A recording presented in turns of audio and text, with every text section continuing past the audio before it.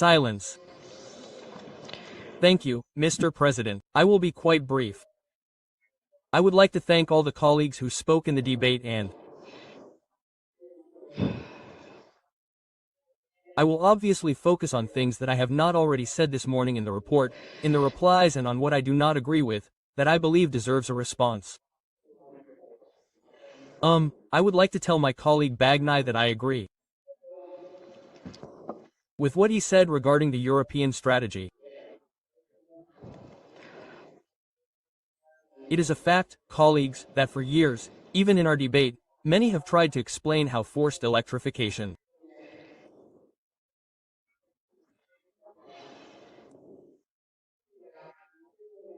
as the only option risked benefiting above all our systemic competitors, first and foremost China.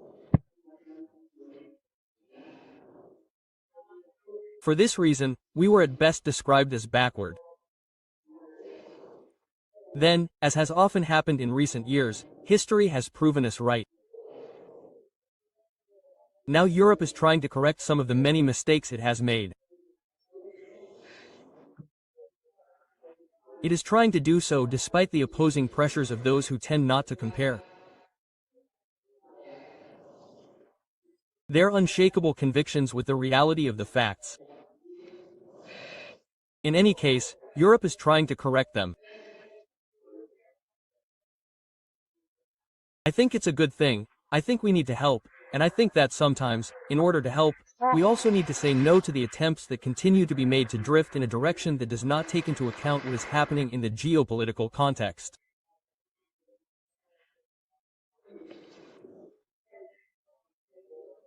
As I was saying, I think the latest steps forward are positive, especially by the Commission.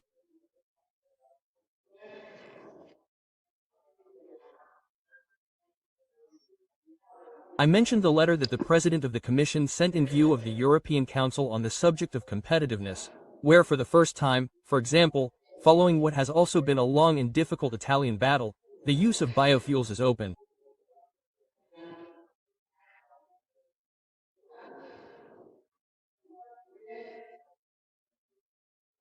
Now, you understand that the use of biofuels, moving towards technological neutrality, would make it possible to save internal combustion engines, which means saving a fundamental part of our industry, of our economy.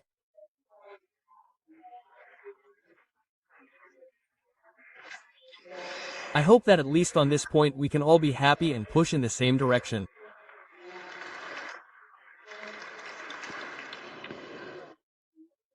I would like to say to my colleague Farone that, let's say, he has completely taken what I said in the Senate out of context, on at least 2 occasions, and therefore I feel obliged to, let's say, go back to it. In the meantime, on big tech, I simply denied my colleague Borghi's accusation that I had given guarantees to the President of the United States.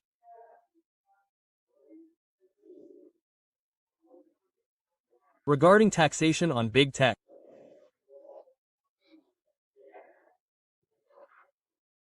I simply stated that I had not done so, recalling that when I make a commitment I am used to doing so publicly and I am not used, as has happened in other cases, to making commitments that I then either deny or pretend not to have made in front of public opinion.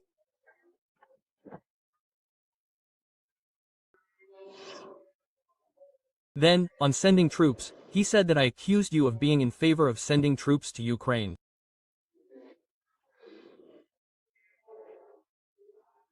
Here too, my colleague Borghi said and accused me and the government of backtracking on Ukraine, justifying this backtracking with our refusal to send soldiers to Ukraine.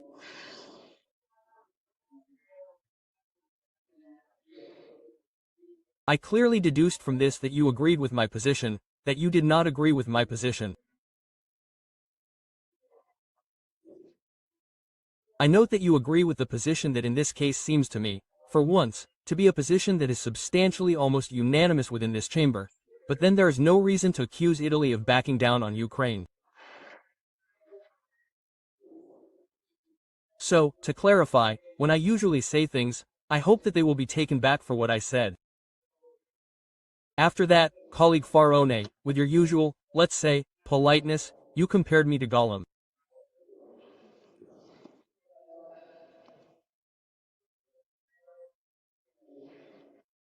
But I fear that you have not read The Lord of the Rings, because, you see, Gollum is the metaphor for those who cannot do without power.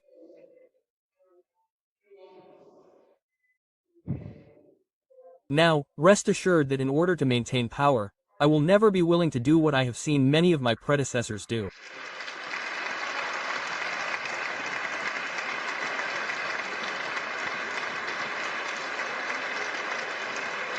Mr. Della Vedova, I will not go back on the right of veto. We do not agree on the issue of overcoming the right of veto, of unanimity, in order to move towards. This also applies to Mr. Maratin. Let's say, in order to move towards overcoming unanimity. On this point, it seems obvious to me that our positions are different. After all, you lead a party called Più Europa, I lead one called Fratelli d'Italia. So, clearly, we have, let's say, fundamentally different priorities.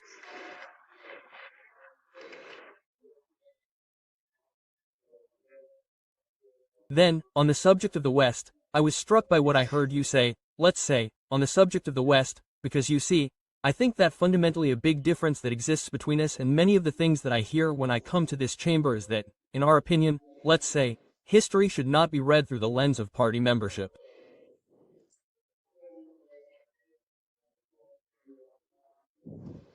In essence, the thesis that you were arguing is that this, and that I also heard this morning, is that this West, ultimately, perhaps no longer deserves to be defended, because if we look at the choices made by the President of the United States, Donald Trump, and since we do not share the choices that Donald Trump makes in the United States, perhaps the West is no longer worth defending. Look, I don't think so.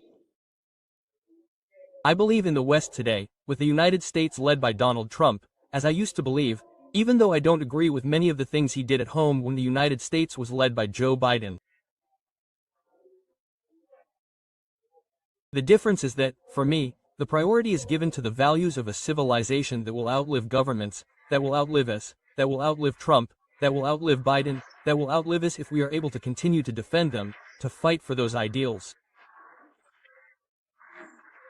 And if instead we make the mistake of putting party affiliation before what our civilization has been, we are the ones who are destroying our civilization.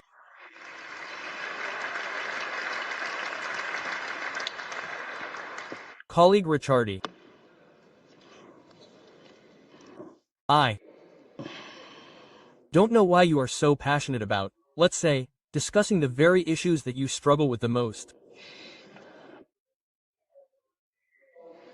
So, you began by saying that this government is essentially wrong, in your usual very emphatic tones, because the banks have received a lot of dividends and we have not taken enough resources from the banks for the budget law.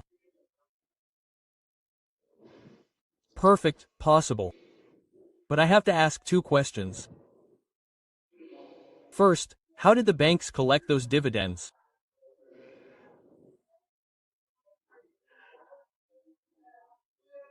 The banks conditioned those dividends thanks mainly to two measures, the tax credits of the superbonus and the famous firepower with which you allowed, with a guarantee from the Italian state, that the credit institutions renegotiate loans that they had already granted to families and businesses.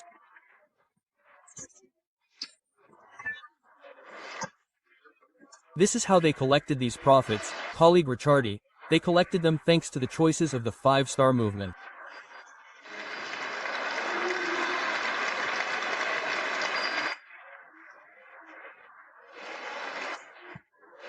Then I also want to know, given that the 5 billion of this budget law are not enough and the 3 billion, 6 of the previous budget law are not enough, I acknowledge, perhaps they are not enough.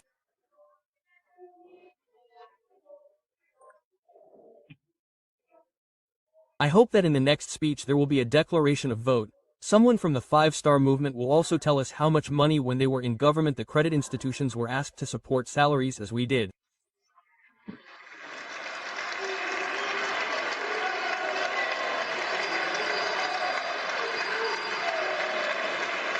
Colleagues, we should not shout. About safety. I am very happy that the issue of safety is now important to you, colleagues.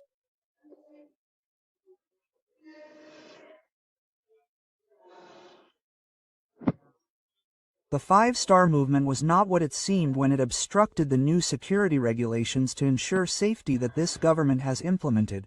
which have been defined as an illiberal drift, the regulations of the security decree that I would like to remind those watching at home were regulations that did not specify the penalties for those who attack the police, against those who send children to beg, against those who defraud the elderly, against those who illegally occupy homes.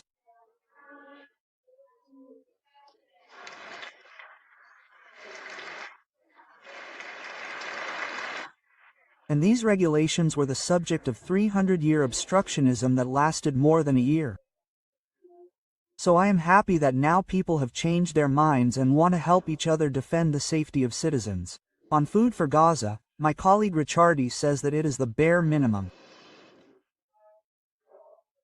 Look, I don't know if it is the bare minimum, as I said and as I claim, it is more than anyone else in Europe has done, and I think it is a mistake to minimize it, my colleague Ricciardi, because it was not the government that did it, it was Italy that did it. Italy did it with its structures, its volunteers, its military, its officials.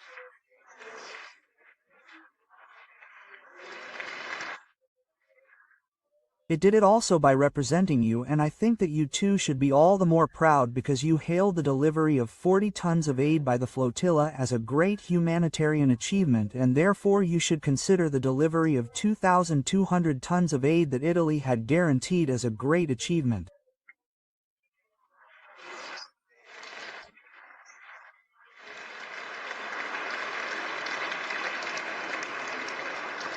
Colleague Fratoianni. So on home. First, clearly pointing out that the truce at home is a success for Trump is not something that I say to embarrass you. I think that we simply have to tell the truth, and I don't think it means saying that we were irrelevant, first of all because we were not, but also because clearly no one can ignore the role and the weight that the United States of America has. Well, yes, it could probably have been offset by a European weight, but Europe on this matter, as you know, did not have a, let's say, united position. Well, he tells me that you have welcomed the truce and every peace proposal positively, but I will continue.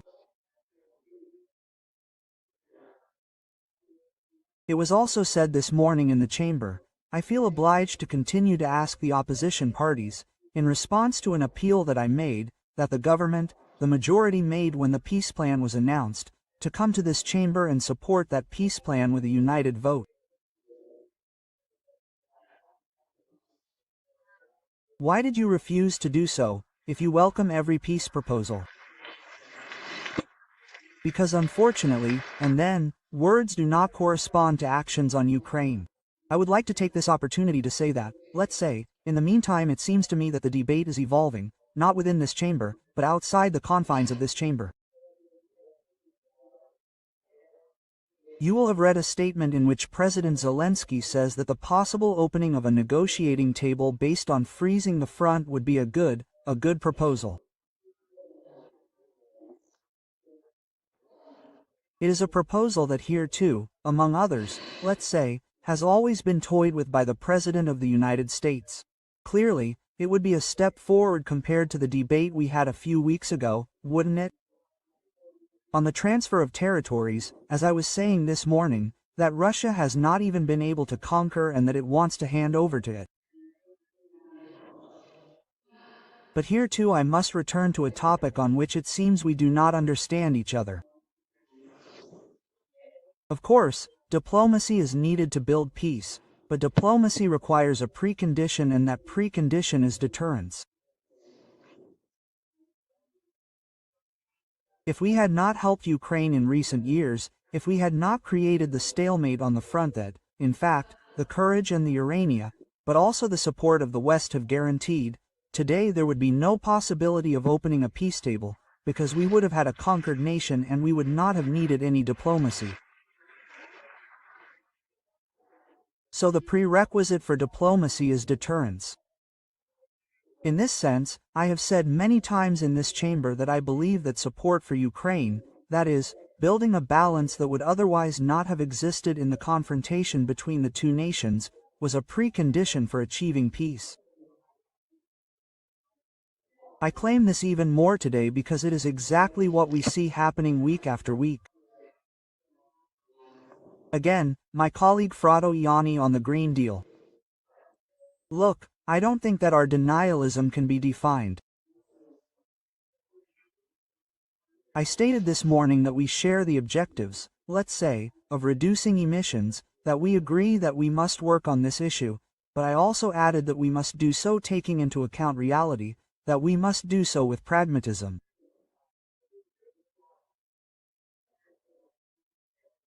In this sense, I do not accept, let's say, the accusation of an ideological approach, because an ideological approach means, I have convictions and I do not care whether those convictions are consistent with the reality of the facts or not, which is exactly what is being proposed today when people continue to demand that Europe do more, despite the fact that we are risking industrialization, helping our competitors. We are not even seriously helping the environment. So I think that is ideology, because asking instead to adapt the choices that are made, while keeping in mind that we have objectives to the reality that we are facing, that is not ideology, it is called pragmatism. After that, however, I have not understood, for the colleagues who challenge my position, whether you share or do not share the proposals that Italy is putting forward, because this morning I have been very, let's say, too specific, no, on what we are saying. We have said that we are not currently willing to support, let's say, an intermediate emissions target of 90% by 2040 to be added to that of technological neutrality by 2050. And I said that we are asking for a change in approach based on 3 priorities. Clear conditions, clear and defined enabling conditions, for example, colleague Fratoiani, counting up to at least 5% of international credits. What does that mean? It means that when we intervene with our investments in developing countries to help them reduce emissions, those credits must be considered. Is that right or wrong? Because emissions are defined as global for a reason, that is, it is not as if we reduce emissions in Europe within our borders and everything continues as before, we are helping the environment. The balance remains negative in any case. So, I believe that, for example, the work being done in developing countries to help those countries reduce emissions is something that I expect to be supported, just like the issue of applying flexibility in accounting for the reduction of emissions obtained from different carbon capture systems, because we must also remain open to innovation and new technologies. When did we stop experimenting? When did we decide that everything stops here? It stops now, and what is discovered tomorrow does not interest us because we will not take it into account. But that is not Europe, ladies and gentlemen, it is not Italy, it is not our civilization. After that, we ask for a clause to review the objectives, and here we return to the issue of ideology, because if you are not ideological, at a certain point when you start a process, you stop and evaluate what the result of that process is, and if the result of that process is not what you expected, you correct the process. This is what pragmatic people do, who do not have an ideological approach to the subject. So I hope that you agree on this, let's say, because in all the speeches I've heard, both this morning and this afternoon, I haven't understood whether these proposals that Italy will bring to the European Council table are shared or not. Allow me, Frado Ianni, to make one last comment on the minimum pensions that you mentioned. Now, I must remember that during the Conte II government, minimum pensions increased by €2.50 in 2 years. With our government, they increased by €90 in 2 years, and with the third budget law they will increase even more. So it is possible that we are not doing enough, but I mean, wasn't the left the one who should have taken care of the most vulnerable? What happened? The world has turned upside down. Given that we have done much, much, much more for the vulnerable than what we have seen the left, the government, do. Colleague Bonetti, I appreciate your words on Ukraine. I appreciate the position, I appreciate the position of action, but I appreciate it because it was the same position that, as you will recall, Brothers of Italy held when it was the only opposition to the Draghi government, in the sense that I continue to believe that there are issues that are much bigger than us, than our divisions, right? It is that when, let's say, we are forced to attack each other on foreign policy issues, even when in the end we would substantially agree, we risk weakening the nation. What I want to tell you is that the majority is united, and I think that the clarity of the Italian position in recent years demonstrates this, beyond what may be the nuances, beyond what may be the debates, which are legitimate, which are fair, which are also useful because they always help to make people think. It is a fact that the entire world recognizes this nation's very clear position, and this is due to the unity of our majority. I would like to take this opportunity to thank my colleague Muradin on the unanimity I have already answered on the budget law. I think this is the question you asked me because I wasn't sure. I am proud of the budget law that we have drawn up. I am also proud of the work that Minister Giorgetta has done. I am proud of the fact that in these 3 years this government, with few resources available, has established a strategy and pursued it without hesitation. We have chosen priorities: family, birth rate, purchasing power, salaries, healthcare, support for companies that hire and invest, and with each budget law we have added a little bit. And this also serves to say that for those who say €3, €2 with the tax reduction, clearly the reduction of the second IRPEF tax bracket must also be read together with the merging of the first two that we did last year. Just as it strikes me that I have heard absolutely no one mention an innovation that this government has introduced with the budget law, which should be quite dear to the left, which is the tax exemption of contractual increases, which not only continues to work and therefore adds to some of the costs, in order to try to increase workers' wages, but it also does so by giving centrality to bargaining.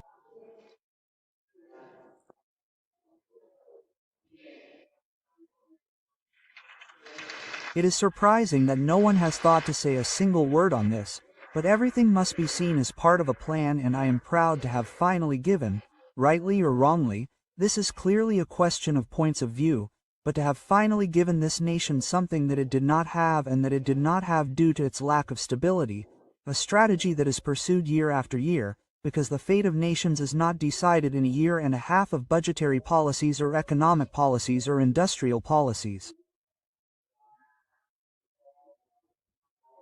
It is decided by having the opportunity to apply and ensure continuity to the work that is being done. In this, stability is certainly a value and an opportunity, and I think we are amply demonstrating this because the image of Italy has changed in recent years also for this reason. It's not just a question of the relationships between the Prime Minister and the other ministers or positions, but also the fact that today we have a continuous interlocutor.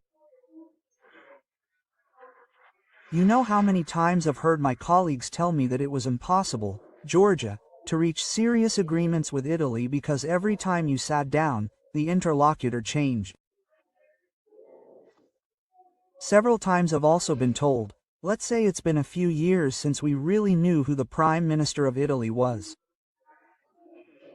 In this sense, stability is a value that comes from continuity. Okay?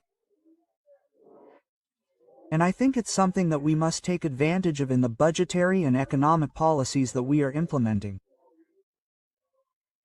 And that's exactly what we're doing. So yes, I'm proud of Dr. Monti. I don't remember what he was like, and Mr. Borghi. Well, I don't remember him very well, but he was effective. So, colleague Baldino. Look, we are reclaiming our migration policies. We are simply reclaiming them because landings have decreased by 30% compared to the last year you were in government, while repatriations have increased by 52%. So, in any case, we have done better. On Albania, I am reclaiming the choice of centers in Albania. We will see if they work in the end. However, I do have a question.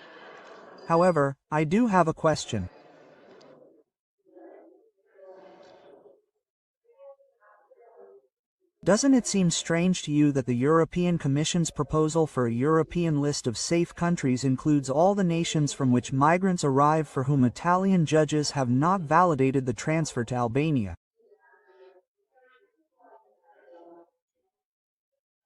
Who is right and who is wrong? Has Europe become xenophobic, or are some Italian judges making choices dictated by ideological reasons? I would like to have an answer from you, because one of the two must be right, one of the two must be wrong.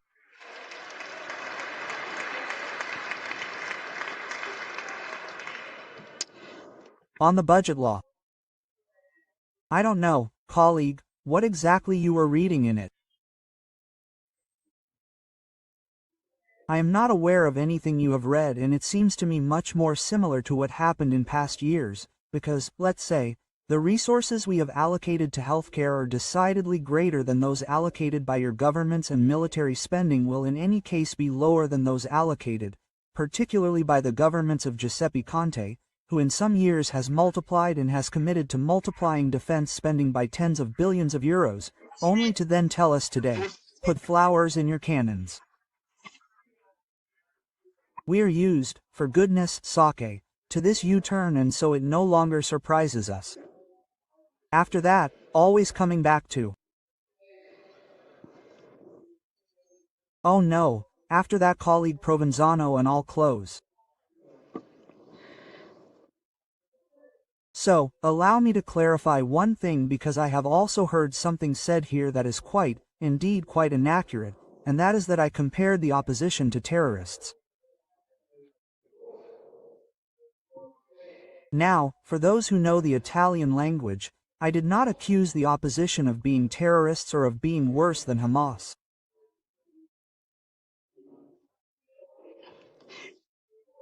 I said that you had refused in Parliament to support the peace plan for Gaza that was then signed even by Hamas.